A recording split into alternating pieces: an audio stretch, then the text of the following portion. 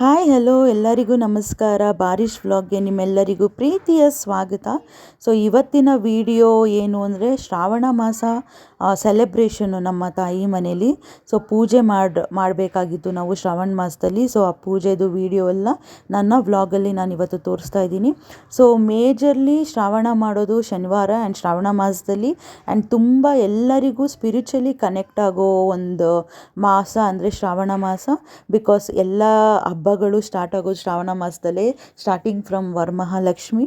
So ಇದು ಹೇಗೆ ಮಾಡಬೇಕು ಅಂದರೆ ಫಸ್ಟು ನಾವು ಶ್ರಾವಣ ಮಾಸ ಸ್ಟಾರ್ಟ್ ಆಗೋಕ್ಕಿಂತ ಮುಂಚೆ ಎಲ್ಲನೂ ಕ್ಲೀನ್ ಮಾಡ್ಕೋಬೇಕು. ಮನೇನ ಪಾತ್ರೆ ಗೀತ್ರೆ ಅಥವಾ ಏನಾದರೂ ಸಣ್ಣ ಪುಟ್ಟದ ಏನಾದರೂ ಇರುತ್ತಲ್ಲ, ನಾವು ಏನೇನು ಯೂಸ್ ಮಾಡಿರ್ತೀವಿ ಎಲ್ಲನೂ ನಾವು ಕ್ಲೀನ್ ಮಾಡ್ಕೋತೀವಿ. ಕರ್ಟನ್ಸ್ ಆಗಲಿ ಅಥವಾ ಬೆಡ್ಶೀಟ್ಸ್ ಆಗಲಿ ಎಲ್ಲ ಒಗೆದು ಕ್ಲೀನ್ ಮಾಡಿ ಶ್ರಾವಣ ಮಾಸ ಏನು 4 ವಾರ ಇರುತ್ತೋ ಆ 4 ವಾರ ಒಳಗೇ ನಾವು ಇದನ್ನು ಮಾಡ್ಕೋಬೇಕು. ಯಾಕಂದರೆ ಪೂಜೆ ಮಾಡೋ ದಿನ ತುಂಬ ಮಡಿಯಿಂದ ಮಾಡಬೇಕು ನಾವು. ಸೊ ಆ 4 ವಾರದಲ್ಲಿ ಯಾವ ಶನಿವಾರ ಆದರೂ ಮಾಡ್ಬೋದು. ಸೊ ದಾಸಬ್ದೀರನ್ನ ನಾವು ಮೇಜರ್ಲಿ ಕರೆಸ್ತೀವಿ.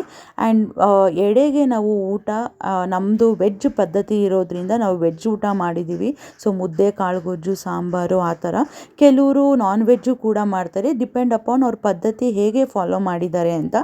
ಸೊ ಯೂಶ್ವಲಿ ನಾವು ಚಿಕ್ಕ ವಯಸ್ಸಿಂದ ಶ್ರಾವಣ ಮಾಸ ಮಾಡ್ತಾ ಇರಲಿಲ್ಲ. ಆ್ಯಕ್ಚುಲಿ ನಾವು ವೆಂಕಟೇಶ್ವರ ಒಕ್ಕಲಾಗಿರೋದ್ರಿಂದನೂ ಆಗಿದ್ರೂ ನಾವು ಇದನ್ನು ಫಾಲೋ ಮಾಡ್ತಾ ಇರಲಿಲ್ಲ. ಯಾಕೆ ಅಂತ ನನಗೂ ಗೊತ್ತಿಲ್ಲ.